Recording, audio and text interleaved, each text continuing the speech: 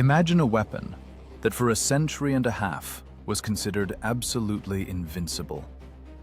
A perfect machine of death that broke empires from Greece to India. Now, imagine that machine turning into a helpless pile of bodies in just a single foggy day. In this episode, we will break down not just a battle, but the collapse of an entire civilization. You will learn how the overconfidence of kings led to the bloodiest and most absurd slaughter in the history of antiquity, where their own war elephants and scythed chariots began destroying their own soldiers. We will reveal the secret of Rome's most cynical political scam, how you can buy a whole nation by promising them freedom, only to tighten a noose that no one noticed. Why did the greatest genius of war, Hannibal, whose name inspired terror, end up a pawn in the hands of a narcissistic tyrant and forced to command a fleet despite being the king of the land? Who was that nameless officer who, violating all regulations and orders, single-handedly turned the tide of history while his generals panicked? And what grim irony of fate forced two sworn enemies to die in the same year, betrayed and forgotten? Watch to the end to see how colossi with feet of clay crumbled, how victors committed genocide right on the battlefield while ignoring pleas for mercy, and how a single drop of poison in an old ring put a period at the end of the era of great heroes.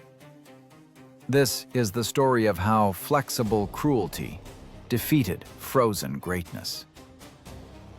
Imagine a wall moving toward you. Not a metaphorical one, but a very real wall of cured oxhide, bronze, and human bodies. But the scariest part isn't the shields. The scariest part is what sticks out in front of them. A forest. A dense, deadly forest of sharpened iron. 6 meters of ash wood. The sarissa. It's not a spear. It is, damn it, an architectural element of death. You are standing in the front row, and 5 spearheads are staring at you simultaneously. You cannot reach them. You cannot deflect them. All you can do is pray to Mars and wait for this spiked steamroller to turn you into bloody dust. That is what the Macedonian Phalanx looked like. The ideal algorithm of war. The Mona Lisa of tactics, painted in the blood of enemies. For a century and a half, this formation was considered invulnerable. It was dogma, an axiom. The sun rises in the east, water is wet, and the Macedonian Phalanx knows no defeat in a frontal attack. Philip II invented it. Alexander the Great used it to hack the world from Greece to India, and his heirs turned it into a cult.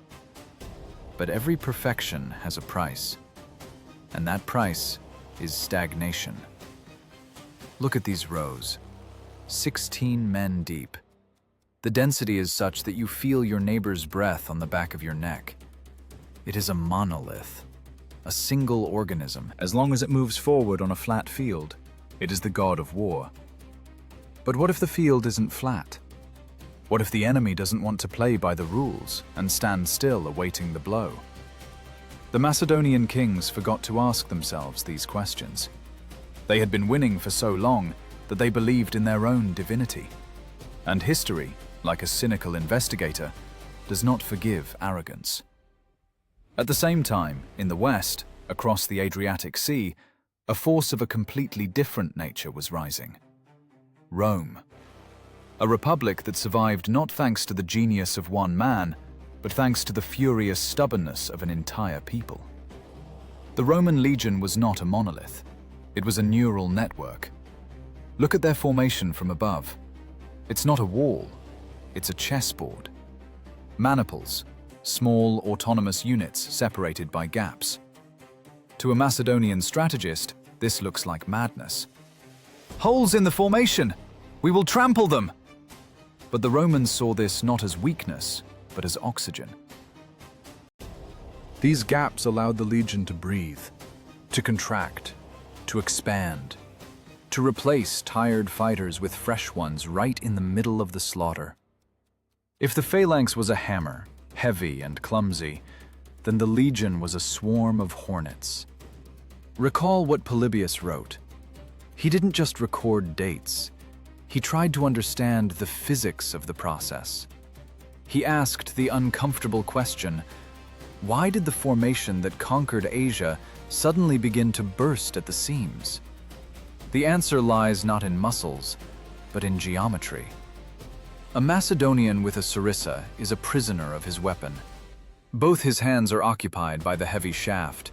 He has no shield to cover himself, only a small pelta on his elbow. If the enemy breaks through the picket fence of spears, the phalangite is a dead man. He only has a dagger, barely good enough for slicing bread. Now look at the Roman. In his right hand is a gladius, a short Spanish sword, a cruel instrument. You don't fence with it. You rip open bellies and stab faces. In the left is a scutum, a huge body shield behind which you can hide completely. The Roman soldier is an individual fighter. He is not a cog. He is an autonomous combat unit. By the year 197 BC, the tension had reached its peak. It wasn't just a territorial rivalry. It was a battle of operating systems. Rigid hierarchy versus flexible adaptability. The Romans thirsted for blood. They remembered Cannae. They remembered how Hannibal, using Macedonian methods, slaughtered their fathers and grandfathers. Fear of the name of Macedonia sat in their subcortex, but this fear transformed into cold, calculated rage. Titus Quinctius Flamininus, a young Roman consul, led his legions into Greece not for a tour.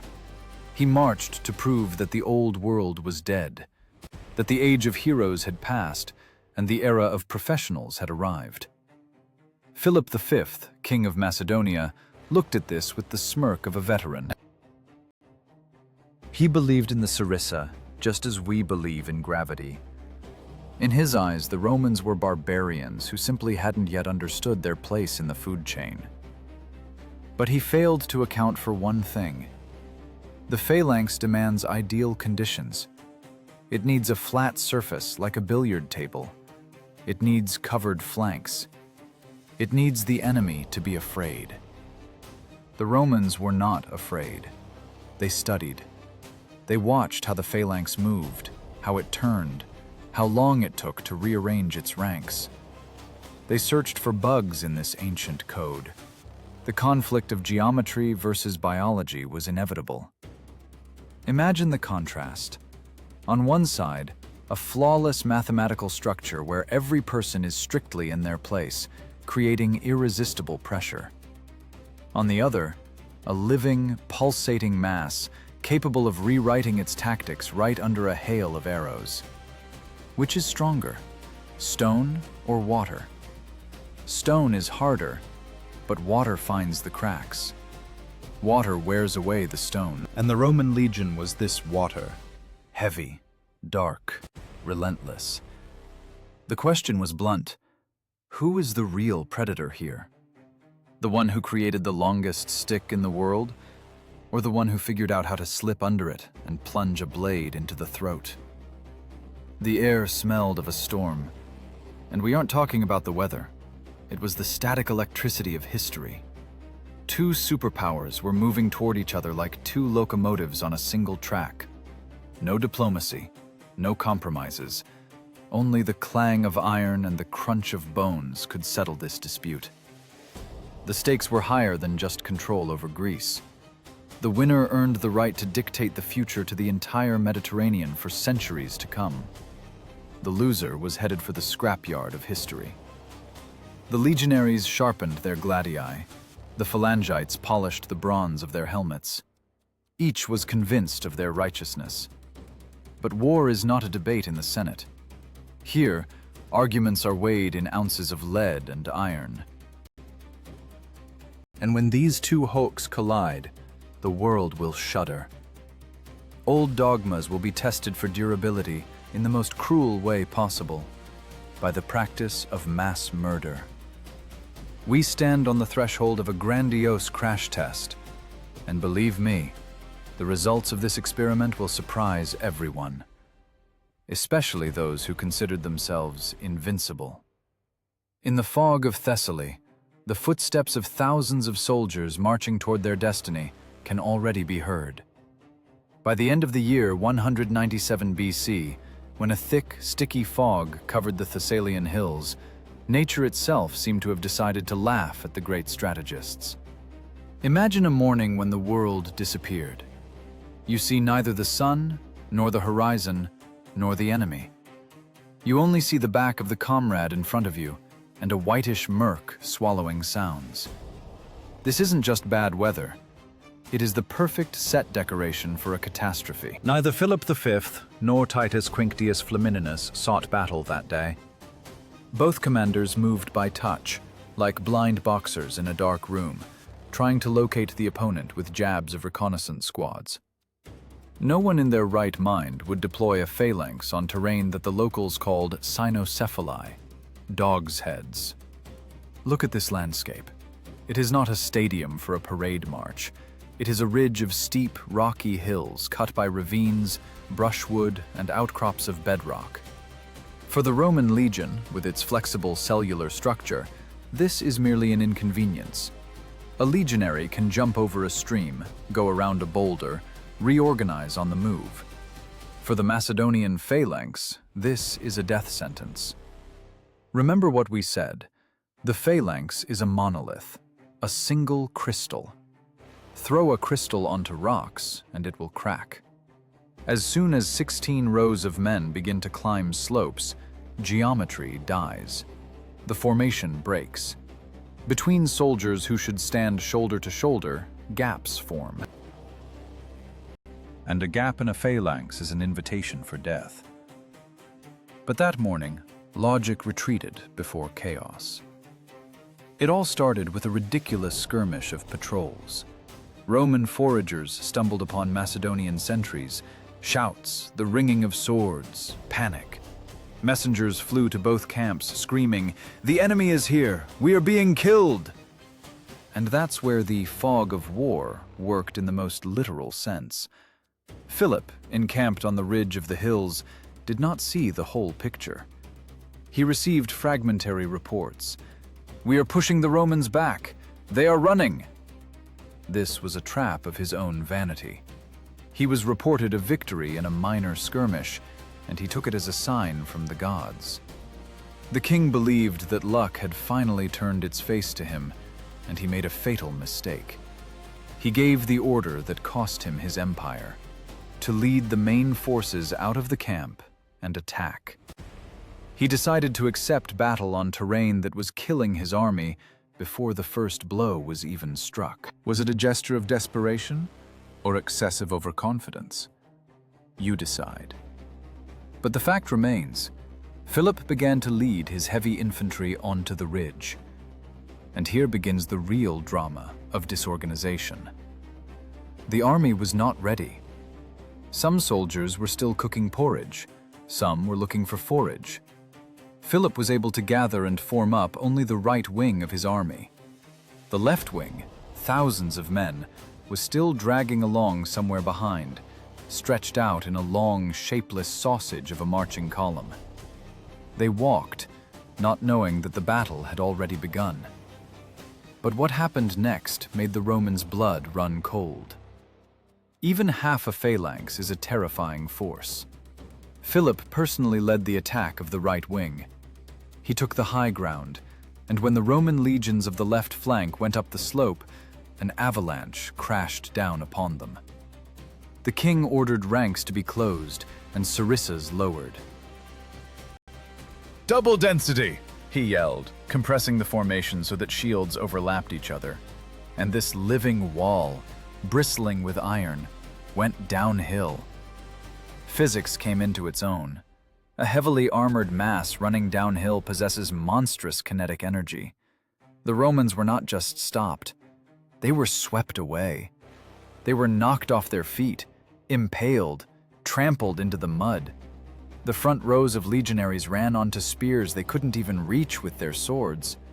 Their shields, the famous scuta, cracked under the blows of heavy sarissas.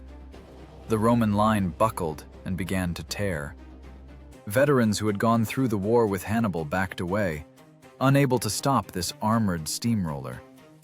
It seemed the nightmare of Cannae was repeating itself. It seemed that the clumsy Macedonian machine would now simply crush, grind the Roman infantry into mince, and throw the remains off the hills.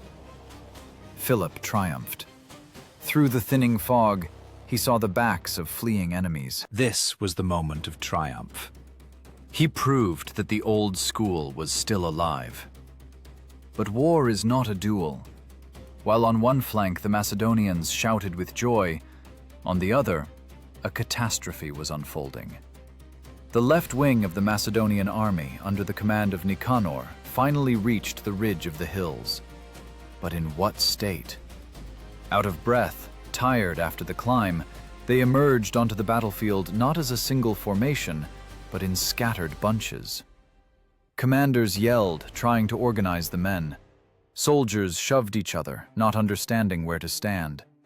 They didn't have time to deploy the phalanx. They were simply a crowd of armed men standing on top of a hill. And at that moment, the fog finally lifted. The sun illuminated this surreal picture.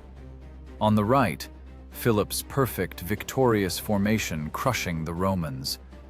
On the left, Nicanor's chaos and confusion. The Macedonian army turned out to be torn in two, like a body where the right arm is a muscular boxer and the left is a paralyzed whip. Titus Quinctius Flamininus, seeing this, instantly understood. This was his only chance. He did not go to save those whom Philip was smashing. The Roman commander bet on aggression. He threw all his reserves, the right wing of the legions, the elephants, and the light infantry, not to help his dying comrades, but straight into the center of this chaos on the Macedonian left flank. Have you ever seen a pack of wolves attack a flock of sheep that hasn't had time to huddle together? It was a beating. Roman elephants, those antique tanks, crashed into the unformed ranks of the Macedonians. Men flew aside in terror, and following them came the maniples. Legionaries chopped into the crowd of phalangites who hadn't even had time to lower their long spears. In close combat, without formation, a sarissa is just a useless stick that hinders running. The Gladii began their bloody harvest. It wasn't a battle, it was a slaughter of unprepared men. The situation on the battlefield became paradoxical, almost schizophrenic. On one edge of the field, Macedonia was winning the war. On the other, it was losing everything. The scales of history froze in a fragile balance, and no one, not a single person in that bloody valley, knew which way they would tip in a minute. The Romans retreated on the left. The Macedonians died on the right. The center of the battlefield turned into a vacuum, a zone of death where the fate of the Mediterranean was being decided. And precisely at this moment, amidst the roar of battle, the screams of the wounded, and trumpet signals, an event occurred that was not written in any tactical textbook. An event that proved the superiority of the Roman system of thinking over Macedonian drill. One man, whose name has been lost in the centuries, looked at the battlefield and made a decision that no soldier of the king would have dared to make. But for now, the legions of the left flank continued to back away under Philip's onslaught, and every step back brought them closer to the edge of the abyss. At that moment on the Roman left flank, it smelled of catastrophe. Veterans who had survived the hell of the war with Hannibal were slowly backing away. They were dying. The heavy Macedonian phalanx, this armored beast, crushed them with its unbearable weight, pushing the legionaries down the slope step by step. Another half hour of such pressure, and the Roman line would snap. that would be the end. Philip V already saw his victory. He was probably already composing the text of his triumphal speech. But right here, at the peak of tension, a glitch occurred. A glitch in the system that changed military art forever. History has not preserved his name. This is one of the cruelest ironies of antiquity. The man who arguably single-handedly won the war for world domination remained for us simply an unknown military tribune. But precisely in this anonymity lies the essence of Roman power. In the Macedonian army, the brain belonged only to the king. Everyone else was merely executors, muscles, tendons. In the Roman army, the brain was distributed throughout the structure. And when this nameless officer, standing on the victorious right flank of the Romans, looked back and saw that his comrades on the left were perishing, he didn't wait for a messenger from the consul. He didn't look for paragraphs in the manual. He simply used his head. Imagine that second. Chaos around you, the roar of trumpets, the screams of the dying. The tribune sees the back of Philip's phalanx. The Macedonians were so absorbed in beating the Roman left flank that they passed the center, exposing their rear. It was a mistake that only a predator could notice.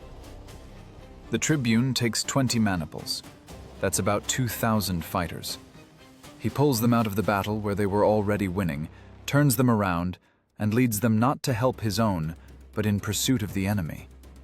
He leads them into the rear of the victorious phalanx. It was a decision made in a heartbeat. No meetings, pure distilled initiative. What happened next is hard to call a battle. It was an execution. 20 maniples crashed into the back of the Macedonian phalanx, and in that instant, the great invention of Alexander the Great turned into the largest mass grave in history. Do you remember how a phalanx is structured? It is a forest of spears pointing forward. To hold a sarissa, you need 2 hands. To stand in formation, you need a comrade's shoulder. A phalangite is not a warrior. He is a cell in an organism. When the Romans struck from behind, this organism was paralyzed. Feel that terror. You are standing in the 5th row. In front, your comrades are pressing on the enemy. You hear their victorious shouts. And suddenly, from behind, there is a crunch and screams. You want to turn around, but you can't. You have a 6-meter log in your hands. To your left and right are your neighbors, wedged in just as tightly. You are in a trap. You can't even drop the spear because it is clamped between the rows. Roman legionaries, those butchers with short swords, broke into the rear like foxes into a henhouse. They didn't need defense. They simply stabbed into unprotected backs, hamstrung legs, struck necks. The Macedonians could not resist. It was physically impossible. The phalanx does not know how to turn 180 degrees during combat. It is created to go only forward. The hedgehog turned out to be defenseless from the belly side.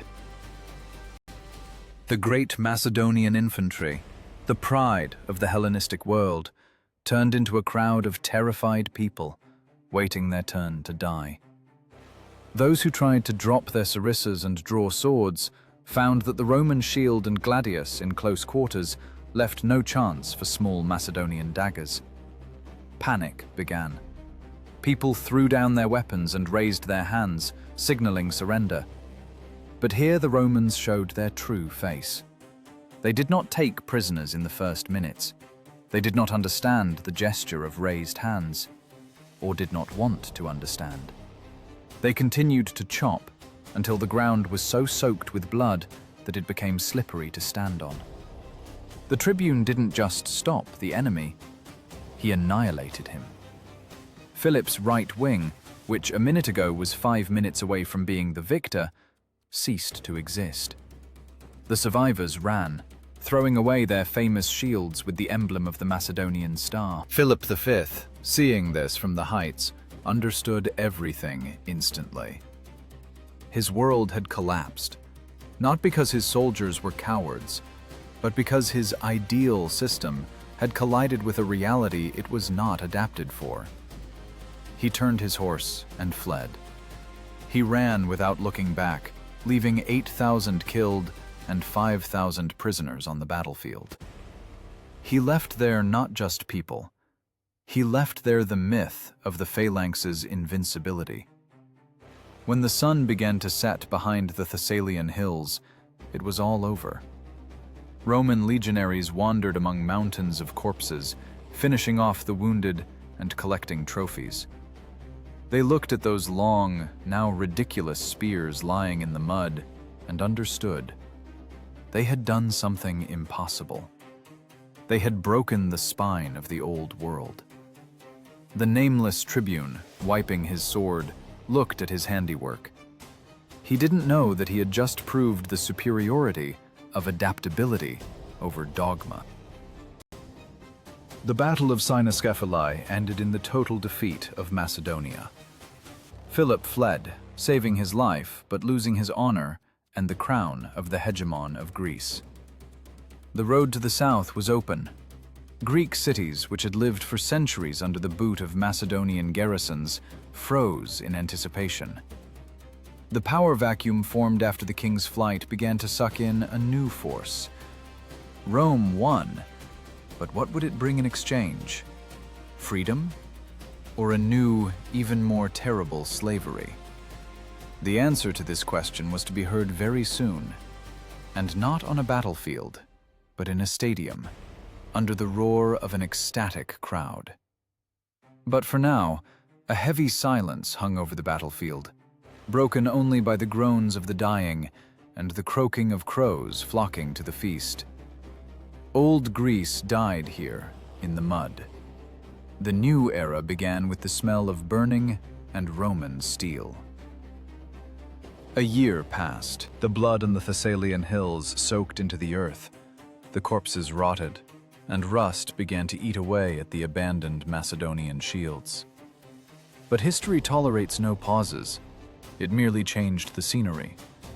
From the dirty ravines of Cynoscephalae, we are transported to shining, noisy, overcrowded Corinth. The year is 196 BC, the Isthmian Games. This is not just a sports competition. This is the political Super Bowl of antiquity. All of Greece has gathered here. Thousands of people, dressed in their best tunics, smelling of sweat, wine, and cheap perfume, filled the stadium. But they came not to watch runners or wrestlers. They came to learn their fate. Tension hangs in the air, dense as before a thunderstorm. Everyone knows Philip is beaten. His garrisons, which strangled Greek cities for decades, are leaving. But who will come to replace them? The Romans? Barbarians from the West who don't know Homer but know perfectly well how to kill? People in the stands whisper, glancing nervously at the Roman soldiers standing in the cordon. No one believes in a miracle. In politics, there are no miracles, only changes of masters. And then a herald walks out to the center of the arena. Next to him is Titus Quinctius Flamininus, young, handsome, with Greek manners. He doesn't look like a rough conqueror. He looks like a rock star. The herald raises his hand. Silence falls on the stadium instantly, as if someone turned off the sound. Every word that is about to be spoken will be worth more than 10 legions. The Roman Senate and the consul Titus Quinctius. The herald's voice trembles with the importance of the moment.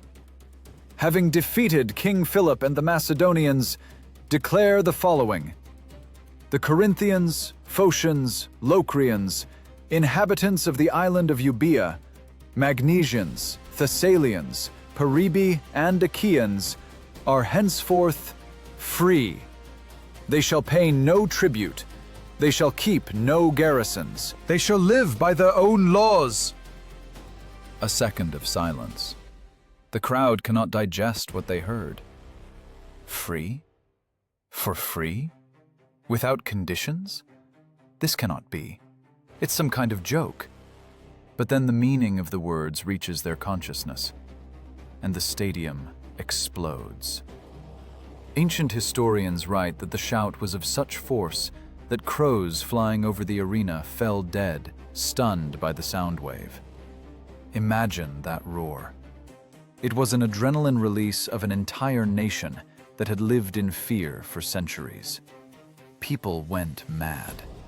They jumped over fences. They ran to Flamininus. They wanted to touch him, kiss the hem of his cloak, throw wreaths at him. The Roman consul was almost crushed in the embrace of grateful humanity. He was saved only by his guards, who literally dragged the crowd, crazed with happiness, away. Flamininus smiled. He bathed in this love. He was the savior, the liberator, the new hero of Hellas. Now stop. Turn off the sound of the jubilant crowd. And look closely at Flamininus's face. Do you see that cold glint in his eyes? This is not charity. This is a brilliant, cynical special operation. Rome just bought all of Greece without paying a single denarius. Think for yourself.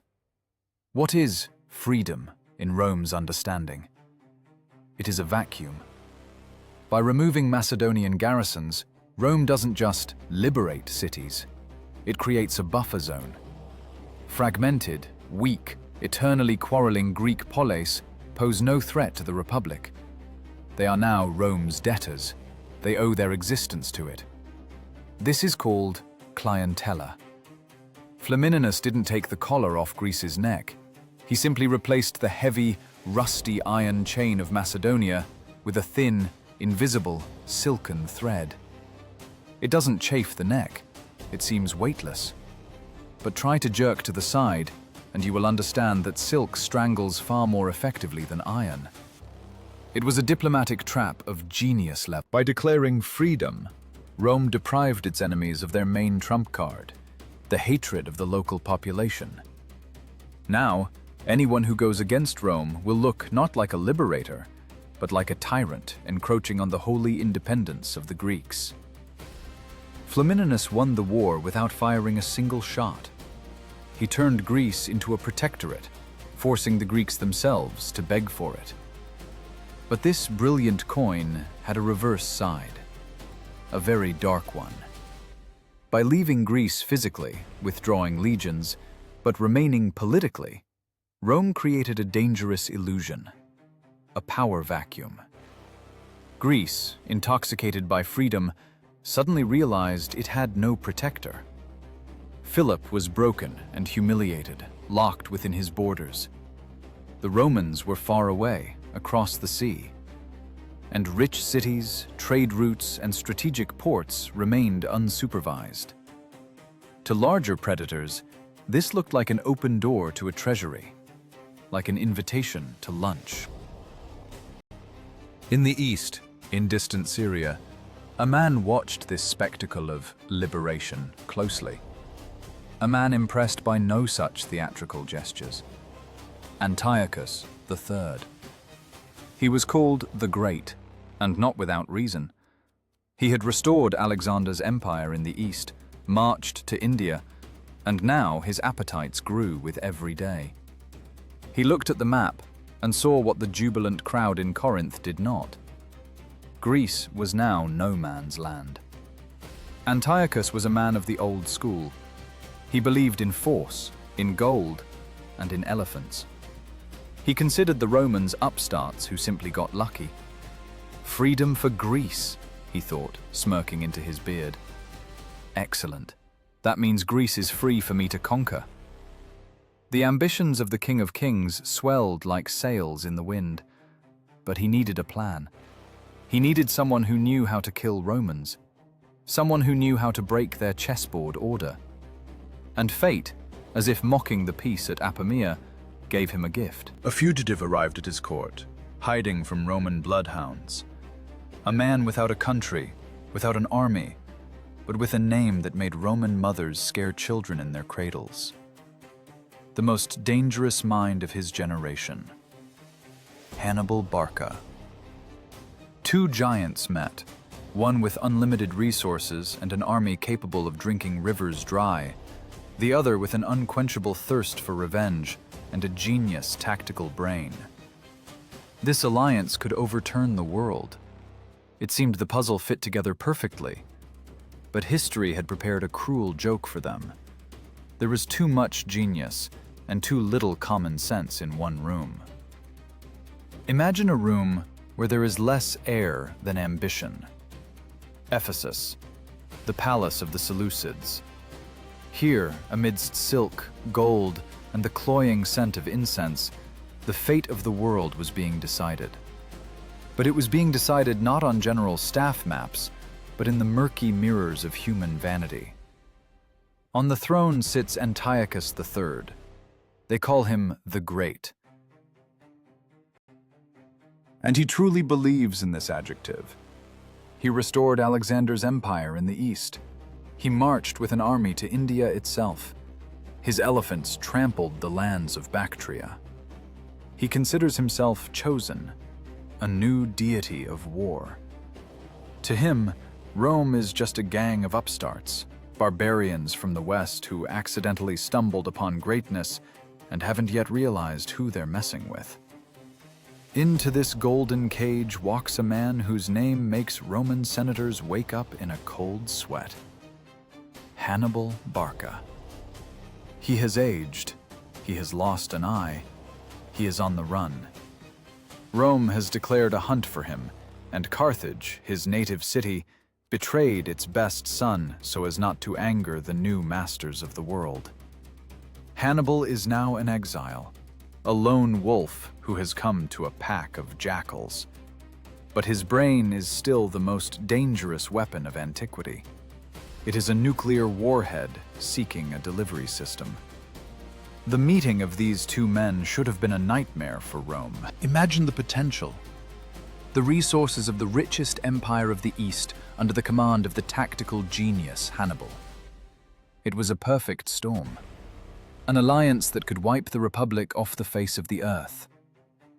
Hannibal wastes no time on flattery. He walks to the table and places his hand on the map. Not on Greece, no. His finger points to Italy. "Give me 10,000 infantry and 1,000 cavalry," he says in a voice that sounds like grinding iron. "Give me a fleet. I will land in Africa, raise Carthage, and then strike at the very heart. Rome can only be defeated in Italy. The Italians will give us soldiers to kill Romans." The plan was flawless. Hannibal knew the enemy's psychology. He knew that Rome was strong because of its system of alliances, and if you strike at this foundation, the building will collapse. He proposed to Antiochus a blitzkrieg strategy. While the Romans are busy in Greece, a second front opens at their home. It was a strategy dictated by cold calculation and the experience of 15 years of war on enemy territory. But Antiochus wasn't listening to strategy. He was listening to the voice of his envy. The King of Kings looked at this one-eyed Punic and saw not an ally, but a competitor. One thought revolved in Antiochus's head, poisonous and sticky.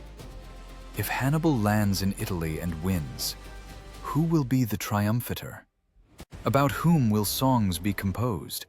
About the king who gave the money, or the general who led the troops? Antiochus didn't want to share the glory. He was a narcissist in love with his own reflection in history. He didn't need an effective victory. He needed his victory. Beautiful, theatrical. The king rejects the plan to invade Italy. He looks down at Hannibal as a master looks at a hired servant. "You will be useful," he says. "But war is the business of kings." This was the moment when pride signed the death warrant for an entire empire. Antiochus decides that he himself will lead the army, and not to Italy, but to Greece. He wants to be the liberator of Hellas. He wants to ride into Athens on a white horse under a rain of flower petals. He chooses the path of least resistance, the path of parades, not battles. Hannibal, this tragic genius, understands everything. He sees how Antiochus, blinded by his own radiance, walks straight into a trap.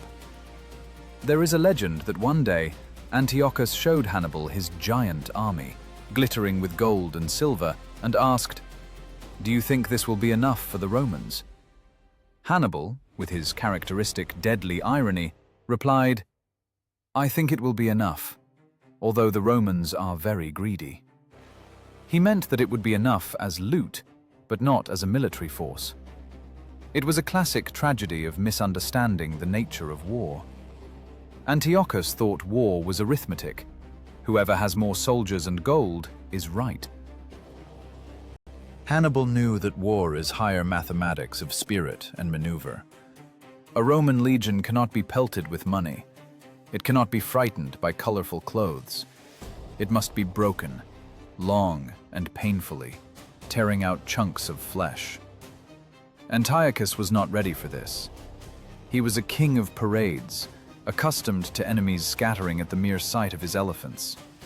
Hannibal was pushed aside. The greatest commander of the era was given command of a handful of ships. Made an admiral, even though he was the king of the land. It's like using a microscope to hammer nails. Antiochus was afraid that the Carthaginians' genius would eclipse his own greatness, so he preferred to lose but remain in charge, rather than win but share success. By the autumn of the year 192 BC, Antiochus crosses into Greece. He takes with him laughably few forces, only 10,000 men and 6 elephants. Why so few? Because he believed his own propaganda. He thought that as soon as his foot touched Greek soil, all the poleis would rise against Rome and bring him the keys to their cities. He thought his name was a magic spell. What a monstrous mistake. The Greeks may not have liked the Romans, but they weren't idiots. They saw Antiochus's small army and understood, this king is a bluff. No one was in a rush to die for a man who didn't bother to bring enough soldiers for his own protection. Instead of a triumphal march, Antiochus received a cold reception and closed gates. He got stuck in central Greece, wasting time on endless feasts and marrying a young Greek woman, while the Roman military machine, slowly, creakingly, but inevitably, began to spin its flywheels. The Senate in Rome didn't laugh at the king's stupidity. The Senate acted. Legions were already loading onto ships in Brundisium. Hannibal watched this and stayed silent. His advice had been rejected. His talent had been thrown onto the trash heap.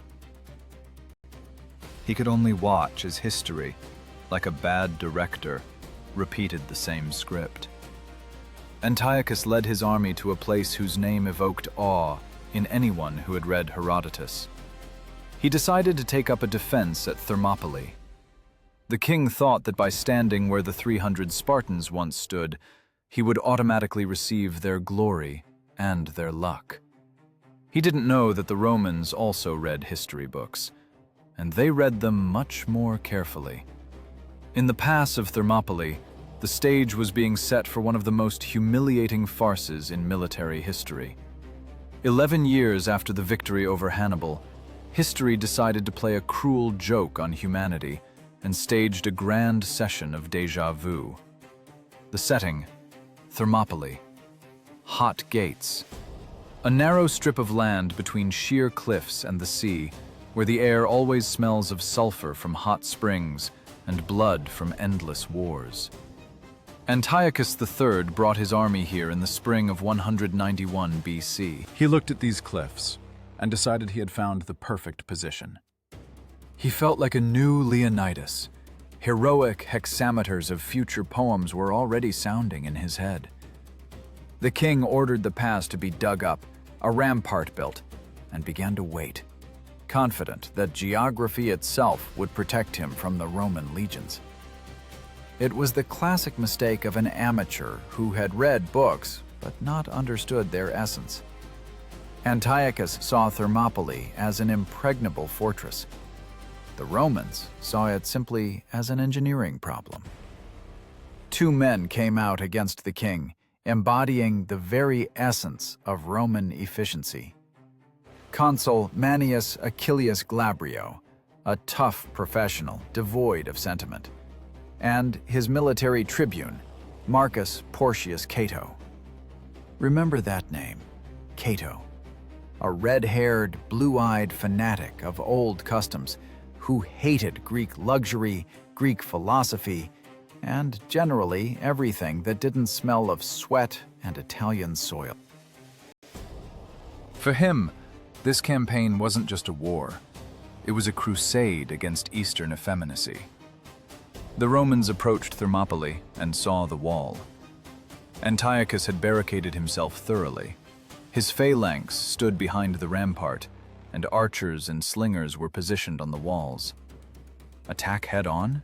That's suicide. But Glabrio was a Roman. If the order says take it, he will take it, even if he has to pave the road with the bodies of his own soldiers. And he began the assault. It was a bloody, seemingly senseless meat grinder. Legionaries went at the rampart, were showered with a hail of arrows and stones, rolled back, regrouped, and went forward again. Antiochus, watching this from his command post, was probably rubbing his hands. Everything was going according to his script. The Romans were smashing their foreheads against his defense like waves against rocks. But while Glabrio played the role of the distracting hammer, Cato turned into an invisible dagger. The Romans knew perfectly well the history of King Leonidas and the 300 Spartans. But unlike Antiochus, they remembered not only the heroism, but also the betrayal. About that very secret goat path by which the Persians bypassed the Spartans. Cato reasoned cynically, if the mountain cannot be broken through, it must be bypassed. At night, taking a select detachment with him, he began the ascent of Mount Calidromus. Imagine this night march. It is not a walk in the park. It is scrambling up sharp rocks in total darkness. Gravel crumbles underfoot, branches whip faces, every wrong step is a fall into the abyss. The guides lost their way. Soldiers began to grumble. It seemed nature itself was against them. But Cato, this man of iron, personally walked in front, pulling tired fighters up onto the ledges. They walked, guided by the stars and the animal instinct of their commander. They were not looking for glory. They were looking for the enemy's throat. Antiochus wasn't an idiot. He knew about the path. He placed a guard there, 2,000 Aetolians, his allies. But the Aetolians made the same mistake as the king. They decided the Romans wouldn't climb mountains at night. They were sleeping or sitting carelessly by fires, confident in their safety. When, at dawn, in the morning mist, Cato's legionaries suddenly emerged from behind the rocks, the Aetolians didn't even have time to understand what had happened. A short, brutal skirmish. The Romans simply swept them off the summit, like an avalanche sweeps away trees. The path to the rear was open. Below, in the gorge, the battle was in full swing. Antiochus's phalanx was successfully repelling another attack by Glabrio. The king was already preparing to celebrate victory, and suddenly, noise behind. A scream that starts from the back rows and rolls forward in a wave of horror. Soldiers turn around and see a nightmarish picture. Coming down the mountain slope, straight into their rear, is a Roman detachment. Fresh, angry, thirsty for blood. Cato led his men down not at a walk, but at a run, using the inertia of the descent to amplify the blow. At that moment, history ceased to be a tragedy and turned into a farce. Leonidas's 300 Spartans, finding themselves surrounded, stayed to die to cover the retreat of the Greek army. They became a legend. Antiochus III, finding himself surrounded, became a laughingstock. As soon as he saw the Romans in his rear, all his arrogance, all his grandeur as King of Kings, evaporated. Panic began. This was not a tactical retreat. It was an animal run. The phalanx, squeezed from two sides, by Glabrio from the front and Cato from the rear, crumbled. The great army turned into a herd of terrified sheep, thrashing about in a narrow stone bag. Romans burst into Antiochus's camp. The slaughter was monstrous. Out of the king's entire army, only a handful of horsemen surrounding Antiochus himself managed to escape. He sped away from Thermopylae without looking back, knocking down his own soldiers on the way. His face was smashed by a stone, teeth knocked out, beautiful tunic torn. The new Leonidas ran so fast he outran the news of himself. The Romans stood on the battlefield, littered with corpses in Eastern robes, and laughed. It was the mean, triumphant laughter of victors who had just debunked another myth. They proved to the whole world, history does not repeat itself on its own. It is made by people. And if one learns from the mistakes of the past, while the second simply copies the external form, the second awaits catastrophe. The Battle of Thermopylae in the year 191 became the grave of Antiochus's reputation. He lost not just an army, he lost face. Greece was lost to him forever. The king fled across the sea to Ephesus, hoping the Romans would stop at the shore. Naive. He had woken the beast, and the beast smelled blood. The Roman Senate was no longer interested in simply protecting Greece. Now it was about punishment. Cato, wiping Aetolian blood from his sword, looked east, to where, across the sea, lay rich, fat, self-satisfied Asia. The Roman war machine shifted gears. Thermopylae was merely the door they kicked in. Now they had to enter the house and smash everything to smithereens. And somewhere in the port, watching the shameful return of the king, stood Hannibal. He didn't say a word. His single eye looked at the horizon with longing and understanding. He knew what would happen next. He knew the Romans better than anyone. They would come here. They cannot be stopped by the sea. And the next battle would not be for honor, but for survival. The farce was over. The real tragedy of the fall of the great Seleucid Empire was beginning. War is a virus. It mutates, changes forms, and jumps over any quarantine barriers. After the disgrace at Thermopylae, the conflict didn't die down. It simply changed its state of matter. From solid ground, it flowed onto unsteady, unreliable water. Rome understood. To finish off the beast in its lair, it was necessary to cross the Aegean Sea. But the sea is not land. Here the legion is powerless. Here tarred wood, wind, and the geometry of sails rule. And it was here, amidst salty spray and the creak of masts, that one of the most tragic acts of this drama played out. The act of humiliation of the greatest genius of the era. Look at the admiral's bridge of the Syrian fleet. Who do you see there? That is not a natural-born sailor born with sea salt in his veins. It is Hannibal Barca, the man who forced the Alps to kneel, the man whose cavalry rewrote textbooks of tactics at Cannae. Now he stands on the deck, staring at the horizon, and he feels sick. Not from seasickness, but from the absurdity of the situation. Antiochus III, in his infinite wisdom, entrusted the best land general in the world with command of the fleet. It's like forcing Michelangelo to dig ditches. Hannibal was supposed to lead the Phoenician squadron to join the king's main forces, but the Rhodians blocked his path. Rhodes at that time was the naval special forces of antiquity. Their captains knew every shoal in the Aegean Sea, their ships were faster than thought, and their crews worked like a single clockwork mechanism. Hannibal understood. This is the end. He had more ships, but he didn't have quality. His Syrian and Phoenician crews were recruited from yesterday's peasants and merchants.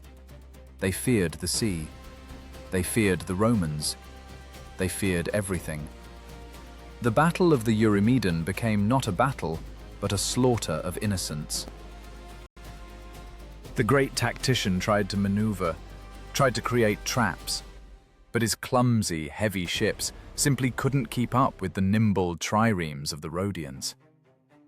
Imagine the bitterness of this moment. Hannibal saw his fleet falling apart. He saw Rhodian ships piercing the sides of his vessels with bronze rams, sending men to feed the fish. And he could do nothing. No brilliant maneuver will save you if your tools are broken.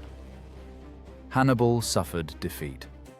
The man who for years led all Roman legions by the nose in Italy was beaten by a bunch of island merchants. He retreated, saving his life, but losing the remnants of his aura of invincibility. The great lion was thrown into the water, where he was pecked by seagulls. History seemed to say to him, "Your time is up, old man. You are a stranger here." But if Hannibal's fate evokes sympathy, the fate of another giant of the past evokes stupefaction. Let's move north to Macedonia. While ships burned at sea, something mind-boggling was happening on land. The Roman army was preparing to lunge into Asia. It needed to pass through the Balkans, through the lands of its old enemy, Philip V, the very Philip whose phalanx they ground up at Cynoscephalae.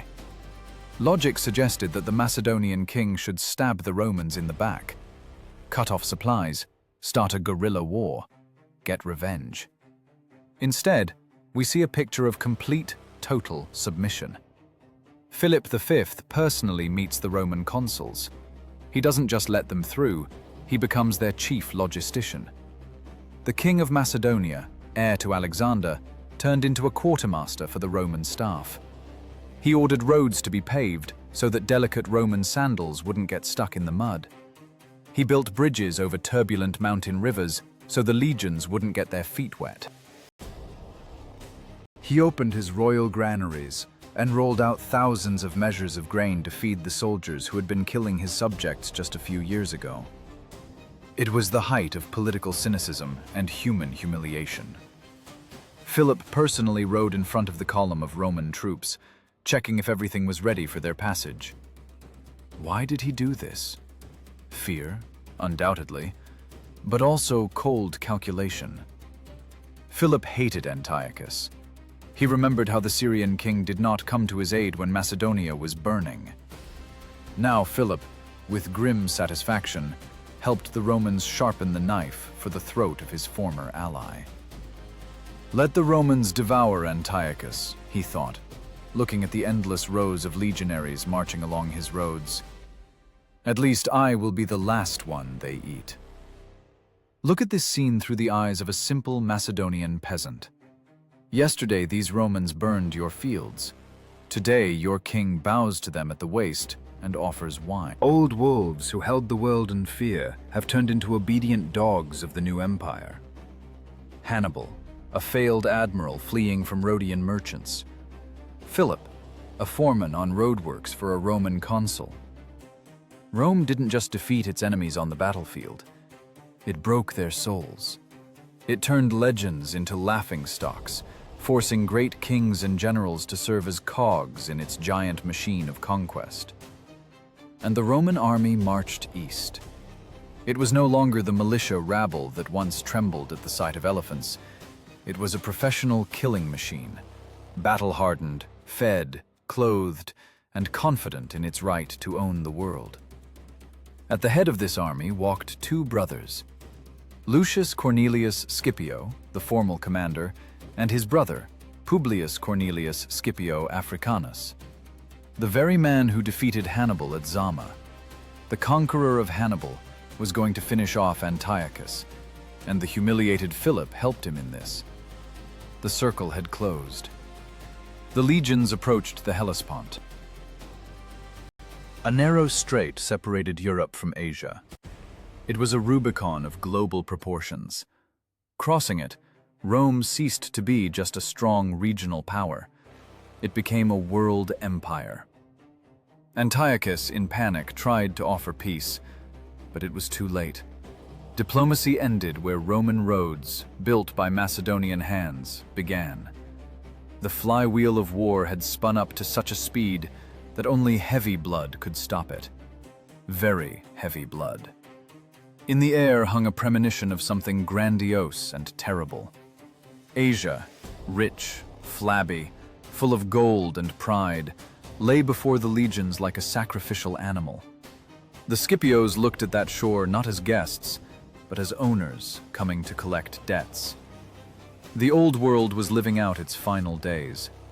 The era of charismatic leaders was ending. The era of the system was arriving, ruthless and effective as a gladius strike under the ribs. And no one, neither gods nor heroes, could prevent this. The legions stepped onto the soil of Asia. Feel how the air changed. This is no longer damp, familiar Europe. Here the wind carries the scent of spices, hot sand, and alien, ancient luxury. For the Roman soldier, this was a march to the edge of the world. They crossed the Hellespont, the very line beyond which the civilized world ended and the fairy tale of untold riches began. But the Romans came here not as tourists. They came as bailiffs, ready to seize a debtor's property. And that debtor was the greatest empire of the East. At the head of this punitive expedition stood two men whose mere family name made kings swallow nervously: the Scipios.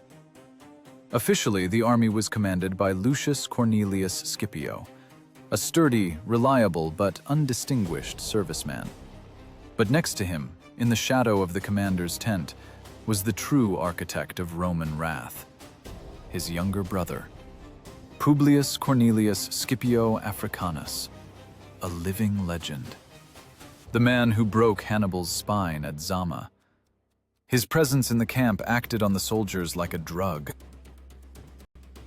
If the conqueror of Hannibal is with us, who can stop us at all? Some petty king in silk pants? Don't make me laugh. Antiochus III, watching the advance of this iron snake deep into his domains, began to panic. His bravado evaporated along with the morning mist. He realized he had made a fatal mistake by underestimating these barbarians. The king decided the time had come for what they did best in the East, for bargaining. He sent his best diplomat to the Scipios with an offer he thought was impossible to refuse. Imagine this scene. The tent of the Roman commander. Simple, austere furnishings. No gold, only worn leather and weapons. Antiochus's ambassador, Heraclides, spreads a map before the brothers. He speaks softly, ingratiatingly, like an experienced merchant at a bazaar. The great king Antiochus, he begins, desires peace. He admits he was wrong. He is ready to leave Europe. He will give you all the Greek cities in Asia. He will pay half the expenses for this war. And, as a sign of personal respect, he will return your son, captured by us, without ransom. It was a colossal offer. Antiochus was giving away half his kingdom. He was de facto admitting defeat without even entering a general battle. Any other nation, any other ruler would have taken the money, signed the peace, and gone home to celebrate a triumph. It was logical. It was profitable. But the ambassador made one mistake. He thought he was talking to people, but he was talking to Rome. Scipio Africanus, even being sick, even lying on a camp cot, radiated such icy confidence that the ambassador felt cold on a hot day.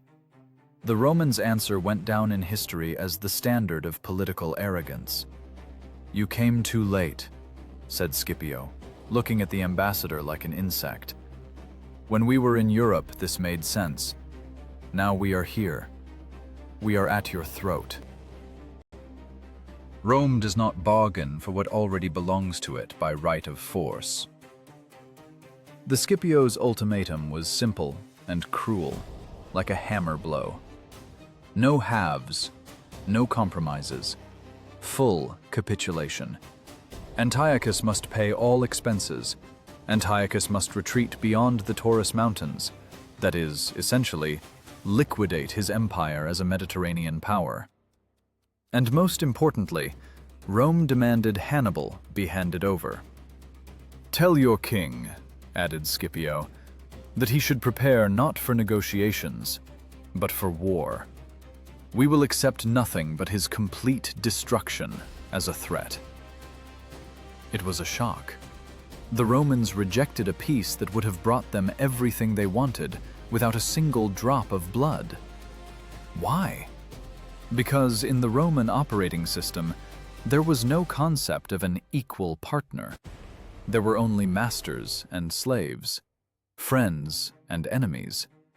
Accepting Antiochus's conditions would mean acknowledging him as an equal, admitting that one can make a deal with Rome if the price is right. The Scipios could not allow this.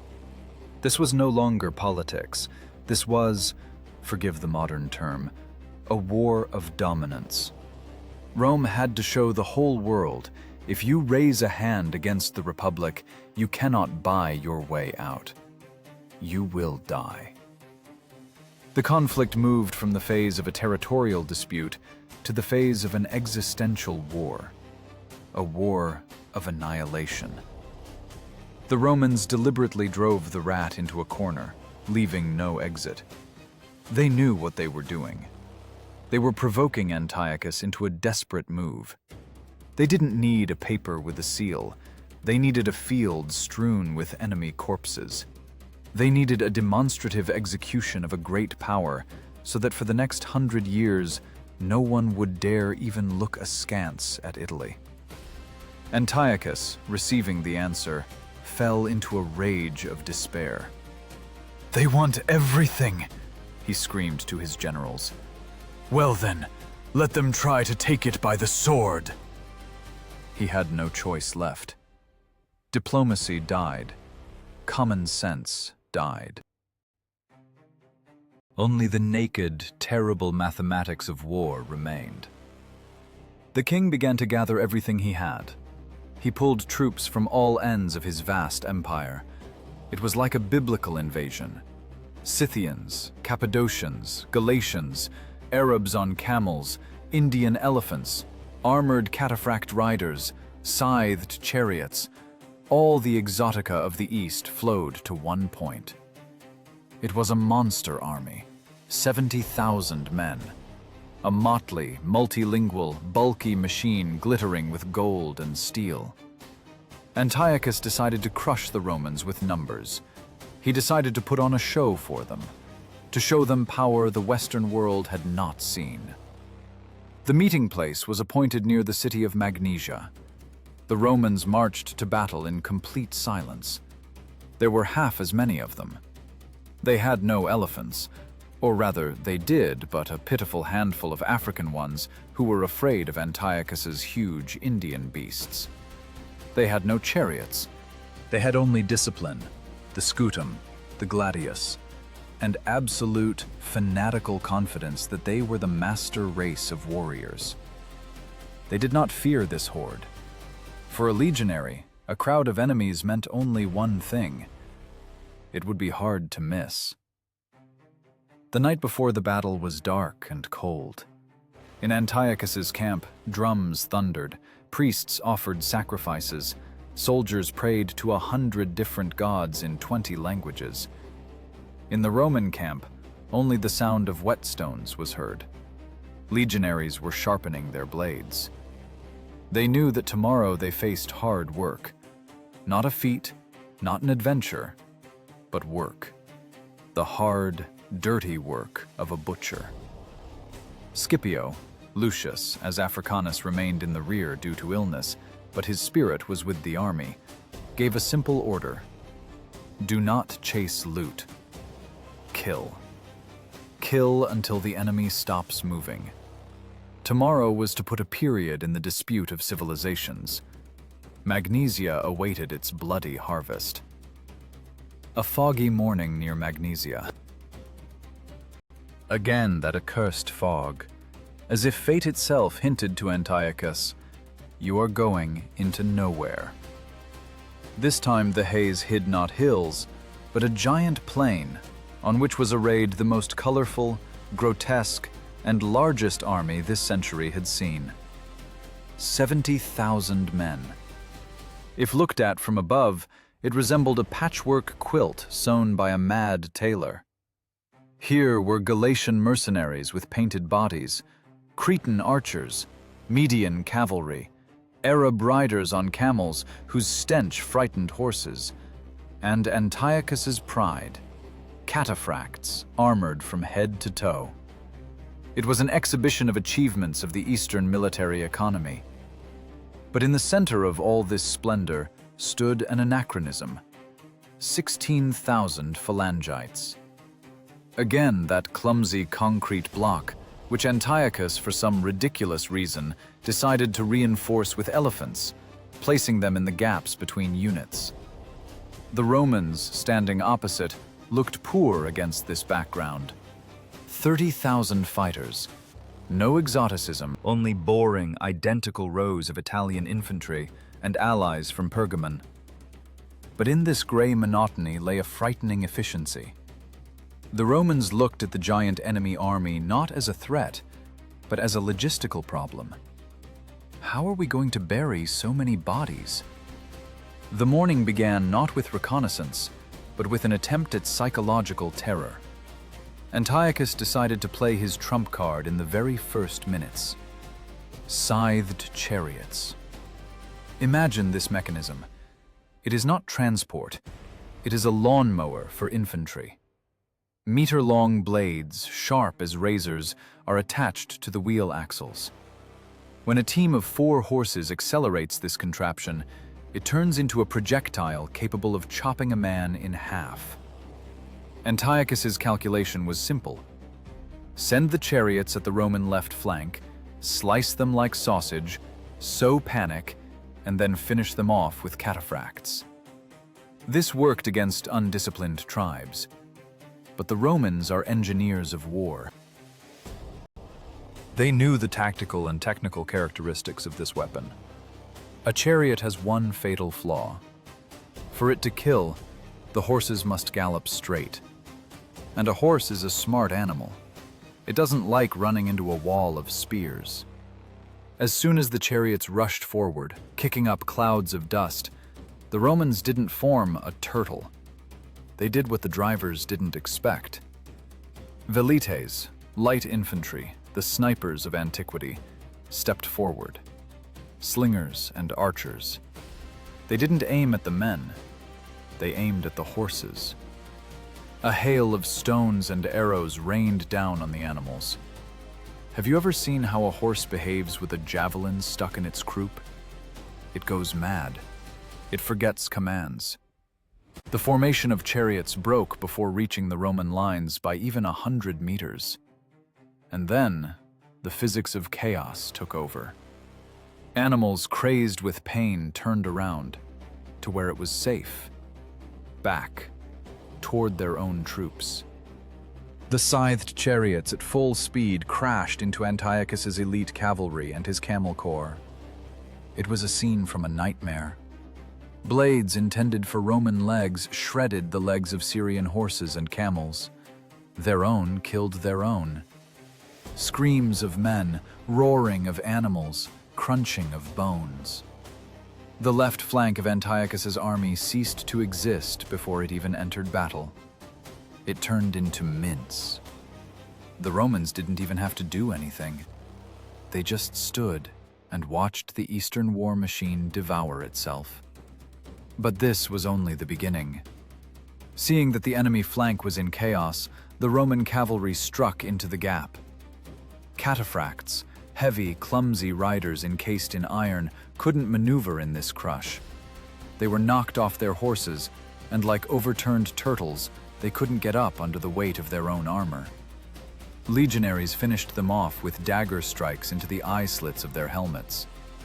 Meanwhile, the phalanx stood in the center, and it was a tragedy of stasis. 16,000 men with sarissas. They were ready for a frontal blow. They expected the Romans, like stupid barbarians, to throw themselves onto their spears. But the Romans were in no hurry. Why? They saw that the phalanx was trapped. On one side, the chaos of their own cavalry, on the other, their own elephants. Roman legionaries approached to pilum-throwing range and began a methodical execution. Heavy javelins pierced shields, stitching phalangites together by twos. And then happened what finally buried Antiochus's hopes. Elephants. These tanks of antiquity are good only when they go forward, but when Roman javelins bite into the tender skin of the trunk, an elephant turns into a mad mountain of meat. The animals standing in the gaps of the phalanx panicked. They began to trample their own. Phalangites, wedged in tight formation, couldn't scatter. They died under the feet of their own allies. The formation crumbled. The forest of spears turned into a windfall, and that's when the legions switched to meat grinder mode. The Romans drew their gladii and entered the breaches. It was not a battle of equals. It was the work of a butcher in a slaughterhouse. Phalangites, dropping sarissas, tried to fight back with small swords, but against the Roman shield and stabbing strike they had no chance. The Romans moved forward, stepping over mountains of bodies, working their swords like sewing machines. Up, down, stab step, disciplined death. Antiochus was at the other end of the field at this time, on his right flank. Irony of fate, there he was winning. He pushed the Romans back to their camp. He thought he was winning the battle. No one told him that his left flank was gone and the center destroyed. When he finally looked back and saw what was happening, his heart must have skipped a beat. Instead of his great army, he saw only fleeing crowds and Roman standards rising above a sea of corpses. It was the end. Total collapse. 50,000 men lay dead on the plain of Magnesia. The Romans lost just over 300. Think about those numbers. This is not war. This is genocide of the military caste of the East. Antiochus, the great king, turned his horse and fled, just like Philip before him. He fled, leaving Asia at the feet of the victors. The entire military might of the Seleucid Empire, gathered over decades, was destroyed in a single day. Not by a brilliant maneuver, not by cunning, but simply by the superiority of the system. Roman order ground up Eastern chaos. When the sun began to set, illuminating with red light the field littered with elephant carcasses and chariot wreckage, it became clear. The world had changed forever. There was no longer anyone who could say no to Rome. Legionaries, tired, splattered with foreign blood from head to toe, stood amidst the ruins of others' ambitions. They felt no joy. They felt the cold satisfaction of professionals who had completed a difficult order. That evening at Magnesia, the Hellenistic era died. Alexander the Great created this world, but the Roman legionary conquered it, dismembered it, and took it for himself. Only one question remained: what to do with those who survived? And where is the single man whom Rome truly feared? Where is Hannibal? Silence. After the roar of Magnesia, a deafening, unnatural silence hung over the Mediterranean. It was not peace. It was the silence of a graveyard. In the year 188 BC, in the city of Apamea, Roman legates dictated peace terms that looked more like an autopsy report. Antiochus III, yesterday's ruler of Asia, sat and listened as his empire was taken apart like the carcass of a killed beast. The Romans didn't just take lands. They performed a demonstrative castration of a great power. Imagine that day. Roman soldiers methodically, without emotion, burn the Syrian fleet. Hundreds of ships, the pride of Phoenician shipyards, turn into ash and black smoke blotting out the sun. But the most terrible sight awaited spectators on land. Under the terms of the peace, Antiochus had to destroy his war elephants. Every last one. The Romans didn't want anyone else to have this heavy, living machinery, and so, under the supervision of legionaries, mahouts killed their pets. The roaring of dying giants stood over Apamea like a funeral dirge for the old world. This was the end of the era of Hellenistic superpowers. The world built by Alexander the Great finally collapsed, crushed by a Roman sandal. Now the Mediterranean Sea became a Roman lake, Mare Nostrum. No one could launch a warship, no one could declare war, no one could cross a border without a nod from Rome. The system defeated the individual. The legion, this faceless but flawlessly working machine, ground up brilliant loners. But one splinter remained, one shadow that kept Roman senators from sleeping peacefully. Hannibal. Even having smashed his armies, even having destroyed his city, even having humiliated his patrons, Rome was afraid. This fear was irrational, almost mystical. For the Romans, Hannibal was not a man, but an evil spirit of war who could rise from the ashes at any moment. The largest manhunt in ancient history began. Hannibal fled. Crete, Armenia, Bithynia.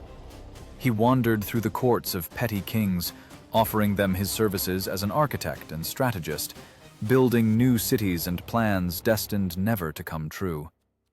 He was like an old, wounded lion, driven by a pack of young, vicious hounds. The year 183 BC. A place called Libissa, on the shore of the Sea of Marmara. Here, in the domains of King Prusias, Rome's greatest enemy found his last refuge. But Rome has long arms. Titus Quinctius Flamininus, that very liberator of the Greeks, arrived to Prusias with a polite request, or rather, with a soft order. Hand over the guest. Prusias, a petty and cowardly monarch, dared not refuse the new masters of the world. Hannibal's house was surrounded. Imagine this scene.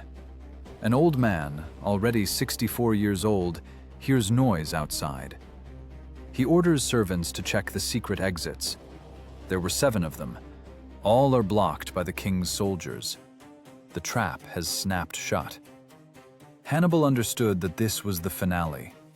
He did not want to give the Romans the pleasure of seeing him in chains, dragged through the streets of the Eternal City in a triumphal procession. He wanted to have the last word. He took out the poison. Legend has it that he kept it in a ring he had worn without removing for decades. Hannibal looked at the liquid, cloudy and deadly, and uttered a phrase full of bitter, murderous irony. A phrase that whipped Rome more painfully than any strike of his cavalry. Let us finally free the Romans from their eternal fear, since they cannot wait for the death of one old man. In these words lies a sentence for the victors. He called them cowards. He showed that even owning the whole world, Rome trembles before one unarmed man. Hannibal drank the poison. The greatest tactical mind of humanity faded away in a remote province, betrayed by everyone, but not broken. In that same year, by a strange irony of fate, his conqueror also died, Scipio Africanus. Also in exile, also offended by an ungrateful homeland. The Titans departed. The stage was empty. The death of Hannibal put a bold period in the history of resistance.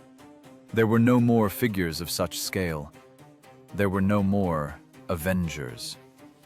The world became simple, flat, and understandable. There is Rome, and there are all the rest, clients, slaves, tributaries. The geometry of the legion proved its superiority over the biology of the phalanx. Flexibility defeated rigidity. Adaptability defeated dogma. Look back at this bloody path from Cynoscephalae to Magnesia. What do we see? We see the collapse of a beautiful, heroic, but outdated concept of war. The Macedonian Phalanx was the perfect tool for a perfect world. But the world is not perfect. It has hills, fog, betrayal, and stabs in the back. The Roman legion was created exactly for such an imperfect world. It was chaotic, mean, ready to change right under fire. The Romans did not seek a fair fight. They sought victory, at any cost. Greeks and Macedonians played chess.